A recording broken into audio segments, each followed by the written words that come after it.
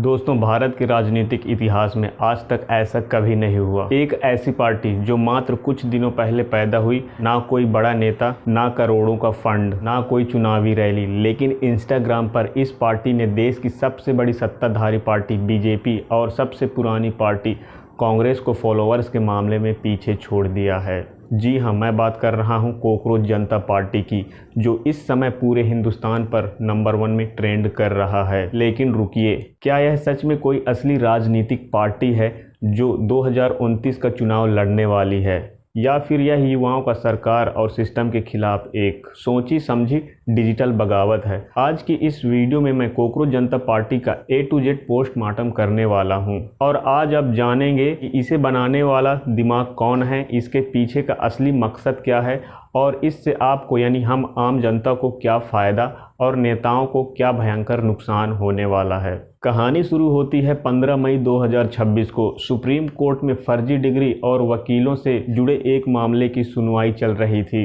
और सुनवाई के दौरान देश के चीफ जस्टिस सूर्यकांत जी ने कथित तौर पर एक टिप्पणी की। उन्होंने कहा कि कुछ युवा कॉकरोच की तरह होते हैं जिन्हें कोई नौकरी नहीं मिलती, तो वे social media user, RTI activist या जर्नलिस्ट बन जाते हैं और सिस्टम पर हमला करना शुरू कर देते हैं। हालांकि बाद में उन्होंने सफाई दी कि उनके बयान को गलत तरीके से पेश किया गया और वो सिर्फ फर्जी डिग्री वालों की बात कर रहे थे, देश के युवाओं की नहीं। लेकिन तीर कमान से छूट चुका था। देश का युवा जो पहले से ही नीट 2026 पेपर लीक, बेरोजगारी और नौकरियों की कमी से परेशान था, उसे यह कॉकरोच शब्द चुभ गया। सोशल मीडिया पर गुस्सा उबलने लगा और ठीक अगले ही दिन यानी 16 मई 2026 को जन्म हुआ कोकरोच जनता पार्टी का।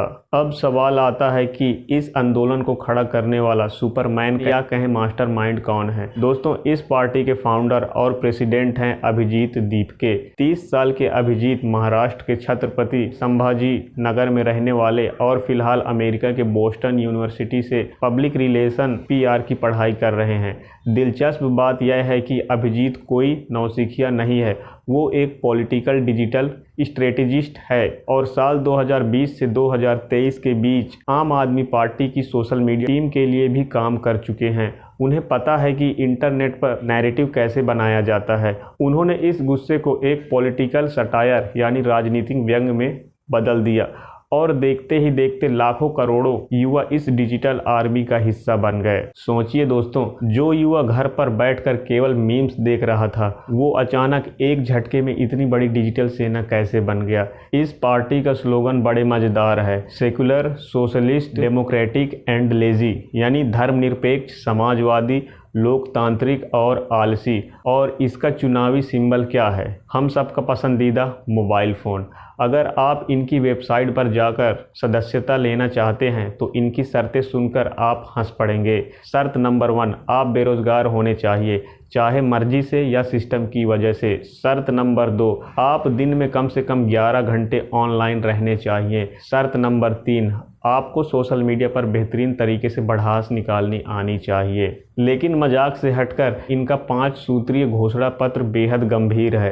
पहला, रिटायरमेंट के बाद चीफ जस्टिस या जजों को राज्यसभा सीट या सरकारी पद मिलने पर पूरी तरह बैन हो। दूसरा, दल बदल करने वाले, पार्टी बदलने वाले विधायकों और सांसदों पर 20 साल तक चुनावी बैन लगे, जो कि ये सही बात है मेरे हिसाब से। तीसरा, संसद में महिलाओं को बिना सीटें बढ़ाए सीधे 50% आरक्षण मिले। चौथा, CBSI द्वारा रीचेकिंग के नाम पर ली जाने वाली फीस बंद हो और नीट जैसे पेपर लीक मामले पर सरकार की सीधी जवाबदेही हो। नंबर 5, RTI को मजबूत किया जाए और चंदे में पूरी पारदर्शिता हो। अब बात करते हैं कि इस पार्टी से देश को और देश के बेरोजगार युवाओं को क्या फ़ायदा हो रहा है या फिर क्या फ़ायदा होने वाला है। भारत में करोड़ों युवा बेरोजगारी और पेपर लीक से परेशान हैं, लेकिन उनकी बात मुख्य धारा का मीडिया नहीं दिखाता। कोकरोच जनता पार्टी ने इन युवाओं को एक ऐसा निडर प्लेटफॉर्म दे दिया है जहां वे बिना किसी डर के मजाक में ही सही सिस्टम की धज्जियां उड़ा रहे हैं। दूसरा फ़ायदा, यह आंदोलन सिर्फ ऑनलाइन नहीं है। कोकरोच जनता पार्टी के वॉलंटियर्स कॉस्ट्यूम पहनकर यमुना नदी की सफाई जैसे सामाजिक काम कर रहे हैं। तीसरा फायदा, यह देश के युवाओं को धर्म और जाति की पारंपरिक राजनीतिक से हटकर सीधे रोजगार, शिक्षा, पारदर्शिता जैसे बुनियादी मुद्दों पर एकजुट कर रहा है। अब सिक्के का दूसरा पहलू, इससे नुकसान किसको होने वाला है। बड़ी बड़ी पार्टियां करोड़ों रुपए खर्च करके अपना सोशल मीडिया नैरेटिव बनाती हैं, लेकिन सीजेपी ने उनके इस पूरे सिस्टम को फेल कर दिया। बिना 1 रुपया खर्च किए इस पार्टी ने सरकार के दावों पर सवाल उठाना शुरू कर दिया है। इस आंदोलन की बढ़ती ताकत से घबराकर हाल ही में कॉकरोच जनता पार्टी के एक्स यानी ट्विटर अकाउंट को भारत में ब्लॉक कर दिया गया। इसके बाद फाउंडर अभिजीत दीपके ने आरोप लगाया कि उन्हें धमकियां मिल रही है और उन पर जाति सूचक हमले भी किए जा रहे हैं। अकाउंट ब्लॉक होने से जनता में यह मैसेज गया कि सरकार एक मीम आंदोलन से डर गई है, जिससे सरकार की वैश्विक छवि को नुकसान पहुंच रहा है। एक इंसल्ट ने देश के युवाओं में वो चिंगारी फूंक दी जो आज एक महा आंदोलन बन चुकी है।